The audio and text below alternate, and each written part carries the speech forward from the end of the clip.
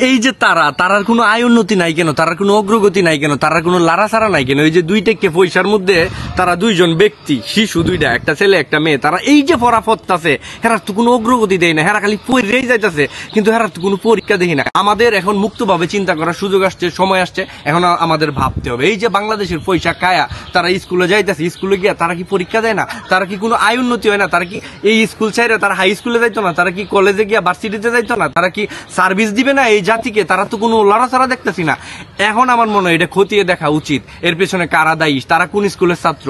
এই স্কুলের হেডমাস্টারের বেতন আটকে দেওয়া উচিত এবং প্রত্যেকটা স্কুলে, মানে ওই স্কুলের দপ্তরি থেকে শুরু করে কেরানি থেকে ঝাড়ুদার, ক্লিনার থেকে শুরু করে সবারই বেতন আটকে দেওয়া দরকার।